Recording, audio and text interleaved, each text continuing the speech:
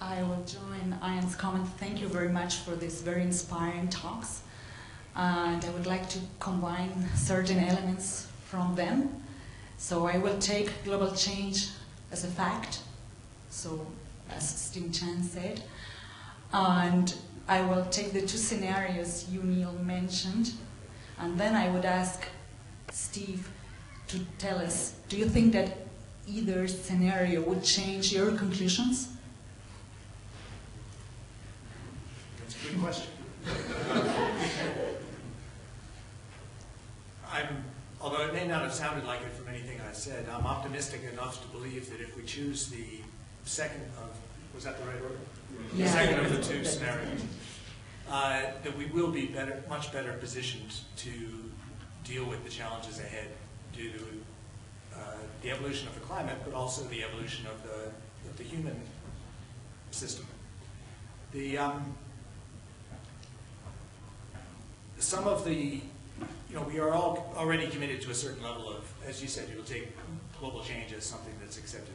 We are committed, and each year that we delay taking more serious action, we get further committed to amounts of environmental change that will lead to a number of consequences we best avoid. And it's not a very profound answer, but I guess the extent to which our social institutions, whether it's the Antarctic Treaty or any other national or multinational agreement that, as Neil said, is resilient to those sorts of changes, the better position we will be to navigate through those times. Okay, thank you. We have some questions from social media, so let's get some microphones to the gentleman there and the lady in white, and in the meantime I will direct some of the social media questions to our panel. First one being, how would it best be to deal with invasive species in Antarctica? So there are a few perspectives, and one of those is first to take the decision about whether we think invasive species are something that we want to keep out or not. At the moment, I have a much less sanguine approach to some of our regulatory bodies than many of the panelists might have indicated, and some members of the audience. I think we're not doing very well in terms of our regulatory bodies. So, for example, we have annual bluegrass, Poa annua, is currently on the Antarctic Peninsula in several places, and nothing is being done to remove it. Nothing. And it's perfectly possible to do so. If we'd like to stop this from happening into the future, we have to take a decision and put it through the treaty system that new species that are clearly from elsewhere, from Europe, for example, will be eradicated as soon as we identify them. And for that, we need some surveillance technology and science to support that decision. But then we also have to implement decisions that have already been taken. And those are to do with biosecurity protocols that many of you in New Zealand will be familiar with. But those are not routinely applied across all programs and visitors to the Antarctic. So that would be the easiest step to take. We know what to do, but many of us are just not doing it. More than one of our panelists talked about golf on Antarctica and it being a popular holiday spot. So what about the invasive species that is us, tourism? Well, there are two answers to that. And the first is, I think, one that was very readily addressed by Neil, and that is if we have an additional annex to the environmental protocol that deals specifically with tourism and how it interacts with the other activities on Antarctica, we may be able to have at least a regulatory framework that will help us to do something about it. The second is a much more philosophical question that's been posed, and that is just what kind of world do you want to live in? And lady in the white? Do you think that under greater pressures in a carbon-restricted future, we will need to review how we assess the science that is going on in Antarctica, how we assess the quality of science in Antarctica, and how we make decisions as to who is going to go to Antarctica and undertake science there? Okay, I'll go. Thank you, guys.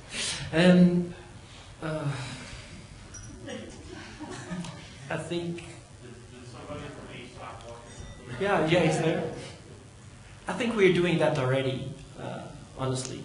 I think each program, I think we, for example, we have already, at least I would assume the majority of the strongest programs, the Antarctic research programs, they're already evaluated. You have to select the best research projects to go to Antarctica. And you have to go to so many processes. And we have various examples. Of course, the way we're doing it, I'm sure we can always optimize it. And we also have to look forward to see how can we improve those mechanisms. But I think in numerous countries, there's research programs and the vast programs the way we want to conduct it in the field. And of course I speak more in the marine forum, because for us to conduct our research in the field, if you want to handle a penguin or an albatross or a seal, you have to go ethically so many processes to actually to be able to do it, that actually that system is actually quite good nowadays. There's a lot of ways to validate the science and the quality of the science that we do nationally. Can we improve it? I'm sure. And I think that will be a major problem in the future when non-party countries that don't belong to the treaty that will join the treaty, and how can we actually put them, joining those processes as quickly as possible. But I'm sure we can improve that system. I'm not sure if anybody would like to add anything. I'll just add something from the perspective of Ansari. We are already assessing proposals against what it costs to do the work, not just the quality of the science, but really what I want to do is appeal to this audience to say, actually, we don't want other factors to dominate over the importance of the scientific outcome. So it's our job to get the message out about what the real value of the science is so that we can get on and do that work. Otherwise, those decisions will be made based on other factors, such as whether or not there are good business outcomes from doing the work. So I think we've got a big job ahead of us to address that from this room. I'd like to ask the panel to look back from their unique perspective of 2065 and think, what was the single event or observation that finally convinced the totality of the world's populace that climate change had an anthropogenic cause? If it was an observation, was it one that came out of Antarctica? If it came out of Antarctica, was it one of us that published it? You already did, David. Exactly. Well, I think that data already has been collected. I think it's in the ice cores. I think the relationship between carbon dioxide and temperature back through glacial cycles is an unequivocal association. I think that is central to IPCC reporting, coupled with our observations of carbon dioxide emissions going way outside the natural glacial cycle envelope of things is also a fact.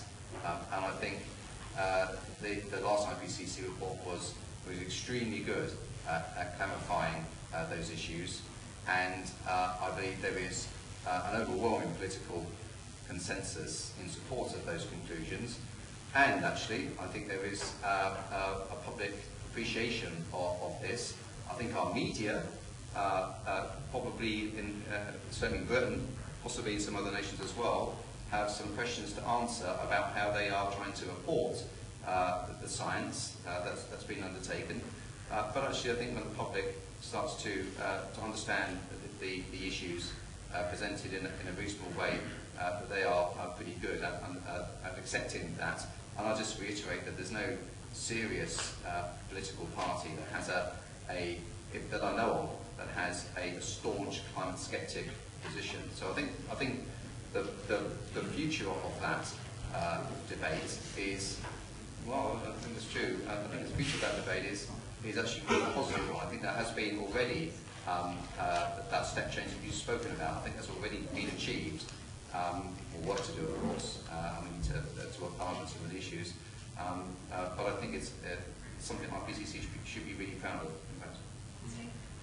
I guess another way to think about it is to think back to the talk we heard on Sunday night, where the resistance, those who believe that climate change is not important or not caused by humans, that their point of view was well predicted by their overall worldview. And so the answer to your question is probably that no observation is going to do that, because it's not another observation or a set of observations that's going to change that worldview. And so a serious question for us as people that are interested in science, in climate science, is how is it possible to do that? Or what's, given that fact, or that observation, what is the best strategy? Just more science information probably isn't going to do it, so we need another approach. So I'd like to add to that, which is why I started the presentation saying that many of our questions will actually lie in the humanities. How do we change people's minds? But in answer to your question, David, looking back from our exalted position in 2065, it wasn't the science community at all, it wasn't the social science and the humanities. It was in fact the big reinsurers that refused to issue reinsurance to insurance companies covering coastal defence works and houses built close to the coast. So they stopped issuing reinsurance. And as a consequence, nobody wanted property in those areas. And as a result, everyone turned around and said, we better take some action. Just one final comment from my perspective, from my exalted position looking back. I was very pleased when the Antarctic Treaty System actually stood up, took some ownership of the issue and began to communicate externally what they knew from the vast array of scientific knowledge to the rest of the world as a body, as a united series of governments, and began to communicate externally. That's what I would see. And that, I think, is all we have time for, unless panelists got one last word. Gary? Saw the eyebrows go up at one point there. Oh, I just agree. I mean, it's in the insurance sector that we're really going to see some difference. When people can't abdicate responsibility to another agency for their own actions, then they're going to have to take some responsibility for their own actions, and that's where it's going to lie. I just had a comment. I think, particularly because our audiences are mostly colleagues of ours, our scientists, the key thing that we have to do is provide evidence from our data. And that's our major job. And also, not trying to be confined to your circle of colleagues talking, on the same language, but actually that outreach process is key. And now we have the mechanisms through SCAR, the Antarctic Treaty System, CAMLAR, and so on, coming up, a huge amount of organizations that actually have that sensibility. And now we have the technology to actually to address and really show that outreach work.